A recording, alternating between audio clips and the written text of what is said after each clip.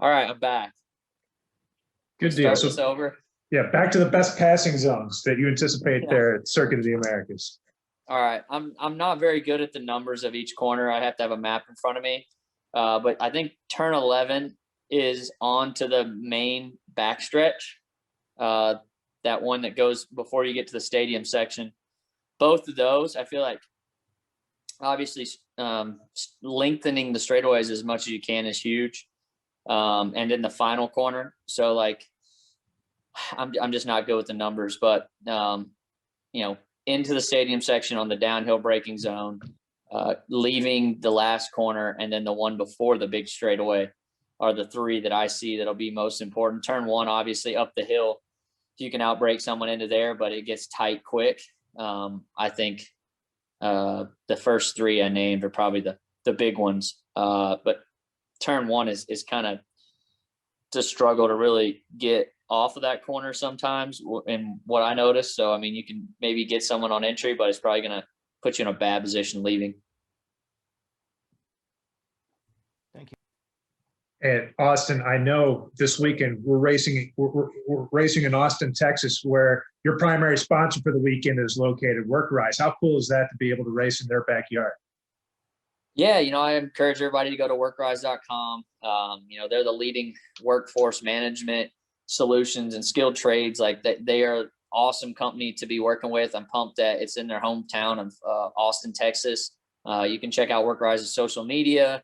There's some cool stuff coming up this week promoting the race. It's awesome to have them. Last year we had them on our Car One race, and this year they've changed their brand to Workrise, and it's awesome to be having a race in COTA in Austin where they're based out of. So can't wait to get there and hopefully put on a good showing for everyone at Workrise. And, they're for the people who get stuff done, and we're pumped to be working hard for them this weekend.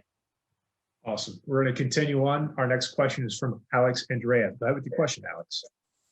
Hey, Austin. AJ Allmendinger was just on here saying that he expected it to be chaos going into turn one at COTA. So I'm curious what your expectations are for this race, given that it's a new track for the series. Yeah, I think turn one will be aggressive for sure. I'm in the I got to qualify into the Xfinity race. So luckily we'll have some experience after Saturday to see how that goes. But turn one it's a tough corner for any type of car to race on, and not just our cars in NASCAR. It's difficult because it kind of falls away from you. You're going uphill, then it flattens out. Just a lot of stuff going on there, and it gets tight quick. So definitely going to be some chaos. If you miss turn one on the bottom, that outside lane's probably going to really check up. Thank you. Our next question will come from Mark Garrow. Go ahead with your question, Mark. Thank you. Thank you for your time, Austin. I've heard this track described as 2 or 3 different road courses in one. Do you feel it's that, or does it remind you of anything else that you've ever had to deal with? I would say, the only thing that lately that we've done is the Daytona road course. Lots of different types of cornering. Obviously not the banking that Daytona has. The Daytona has that banking that you deal with off of turn 4. It's flatter, but just lots of different challenges. The tight section on the back, and then you got a big sweeper after that. So you want to be able to turn as good as you can through that stuff, but then you got to carry a lot of speed through a corner that being free is probably not the best thing for. So having a balance for all that's going on is it's going to be tough. You're going to see guys that are really excel in certain corners and struggle in others. Thank you. Our next question will come from Dustin Long. Go ahead with the question, Dustin. Yeah, Austin, this starts a stretch of 5 of the next 11 points races are on road courses. I know your record's your record. You've also put a lot of effort into, a lot of extra work on different tracks. I'm curious, what kind of a challenge does this stretch, or maybe it's opportunity, for you? Well, I mean, I think it's definitely challenging, knowing that we're going to some places for the first time, albeit a road course. I know there's rain scheduled that looks like there could be rain this weekend at COTA. I've never really done that, but we'll just take it and do the best we can. We've been solid all year long. Daytona was a positive for me as a road course racer. I got stage points in both stages, and we're on our way to running a top 10 finish.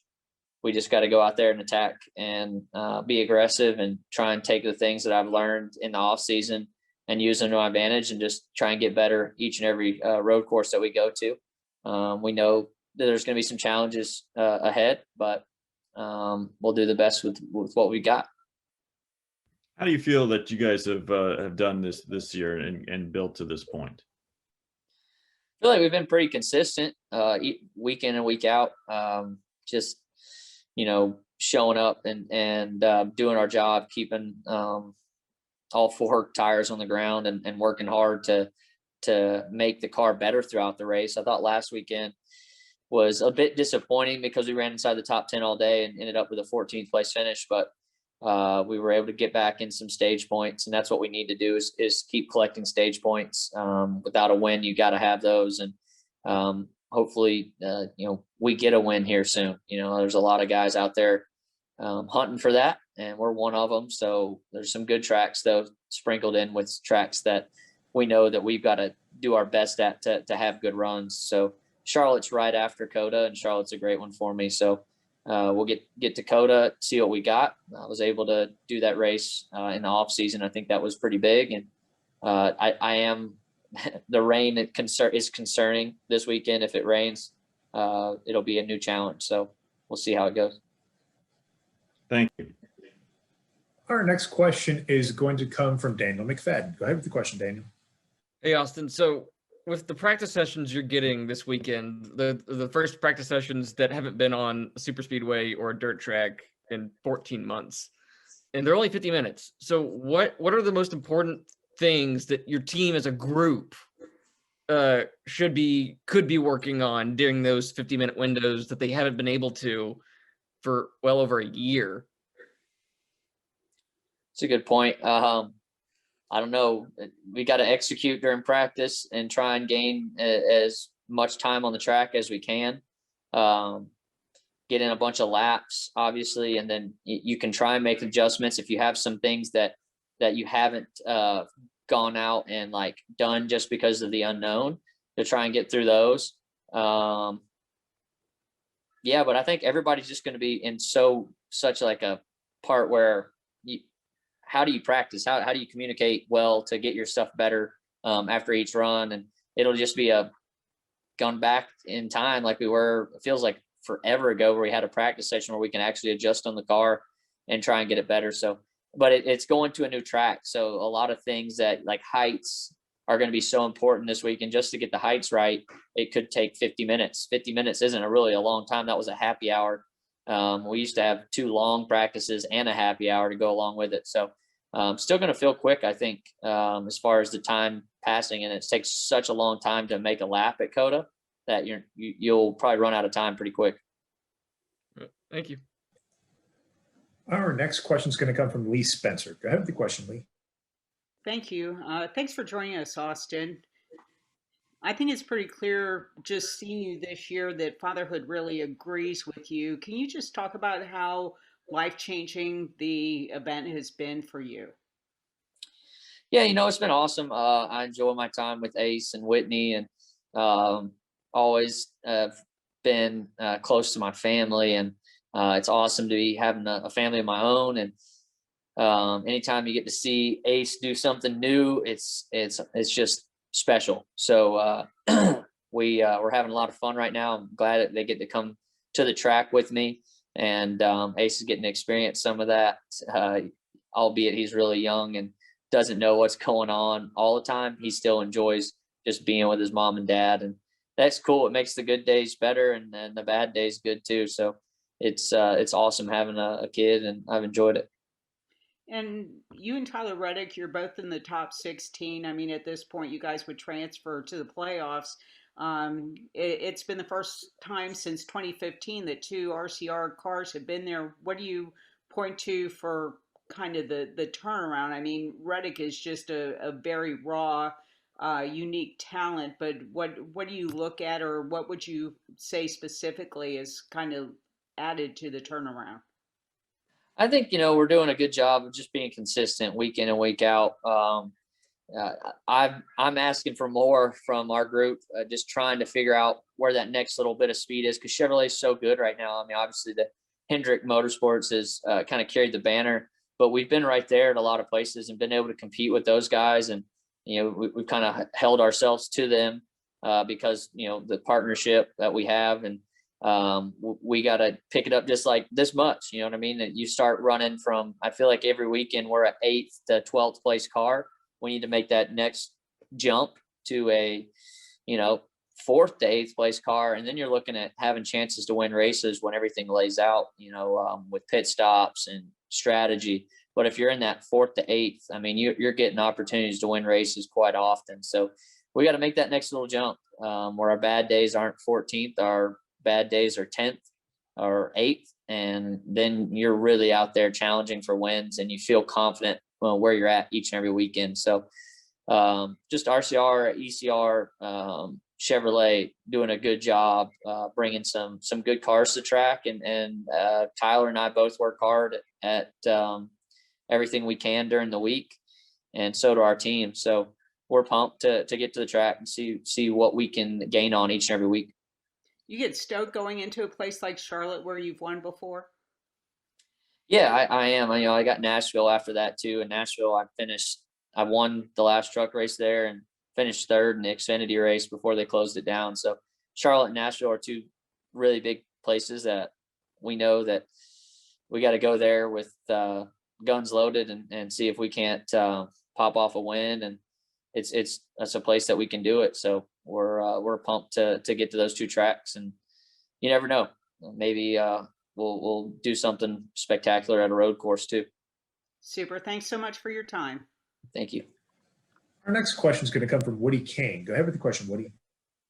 Hey, Austin, appreciate your time. I wanted to stay on the Charlotte theme that Lee opened there. The 600 obviously has a lot of meaning for you, being your first Cup win and your home track, and the Memorial Day tie-in that's been there for decades, and the Coke thing, the Coca-Cola 600. I mean, all the tie-ins are there for you. So emotionally, it's a big day, a big race. But since cars don't break like they used to, what makes that race as challenging now as it did back in the day where can my car survive was predominant? Having a clean race is challenging, making no mistakes.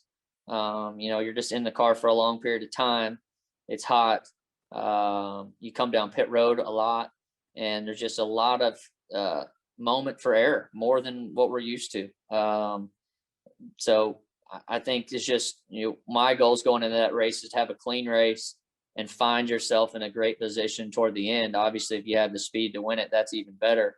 But having a clean race is part of having a chance to win it. I think a lot of people have taken themselves out of that race with early mistakes. So we'll do our best to be there at the end. I think the long races obviously have suited me in the past.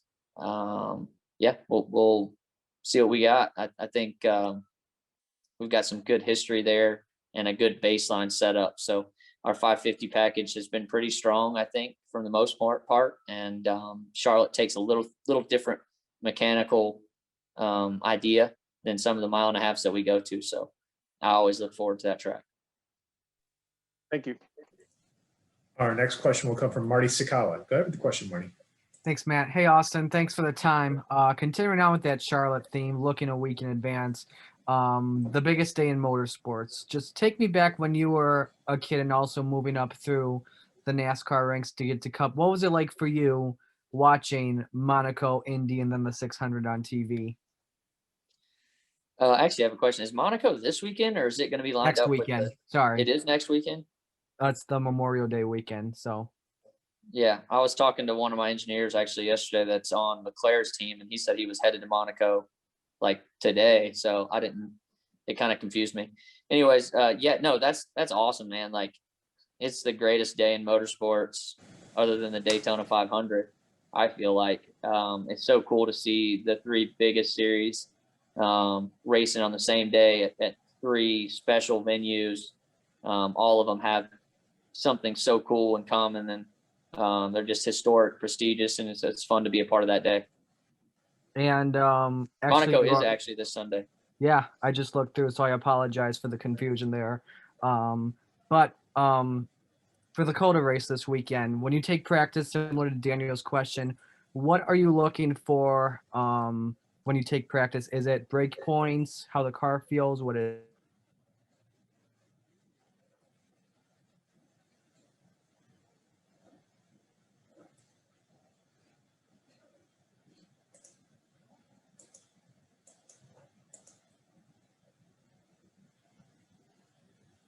The travels are, the first run out will be about travels. Make sure that we get our travels right so we're not on the track or too high. We usually err to the higher side. The curbing is obviously something that we'll look at before we hit the track, but what can we take advantage of? What can we not? And then, yeah, if there's a corner that's just really difficult for us mechanically, we'll start working on that and make sure my brakes feel good. We'll be checking the brake temps because obviously this track's going to be very hard on our cars as far as trying to get stopped. The amount of speed that you'll be carrying at some of these straightaways is going to be a lot. So trying to keep the brakes underneath the car will be big. Okay. Thank you, Austin. Good luck this weekend. Yeah, thanks. Our next question will come from Anton Reskev. Go ahead with the question, Anton. Thanks, Matt. Good afternoon, Austin. So COTA also hosts Formula One races. Does that make this race any more special for you? I think it's just a cool venue.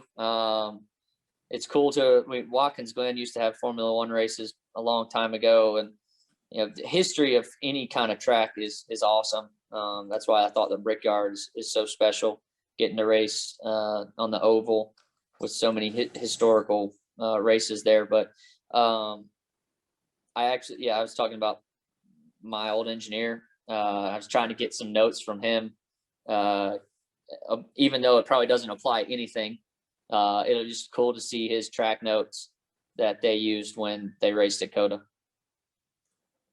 Thank you. Wishing you all the best for this weekend. Thank you. We have a follow-up from Daniel McFadden. Go ahead with your question, Daniel. Hey, Austin. So with you doing double duty this weekend, is there anything that like the leadership of RCR has like given you like a checklist of things that we need to know these things to help us on Sunday, or what's the communication going to be like between the two different operations you're going to be racing with this weekend? Well, I think anything I can learn driving wise, and then anything I'll bring to the table to our cup team after practice. So I mean, just the laps on the track would probably be the biggest thing, but mechanically it's a little different, obviously, because they have a different ride height rule and it's just different. So mechanically, probably not a whole lot. Maybe air pressure.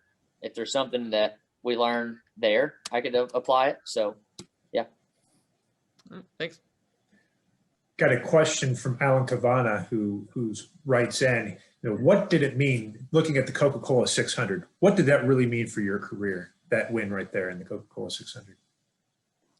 I think it was just confidence more than anything that I have a win in the NASCAR Cup Series. Driving the number 3 car, it means a lot to me to be able to put that number back in victory lane for RCR, for just my family.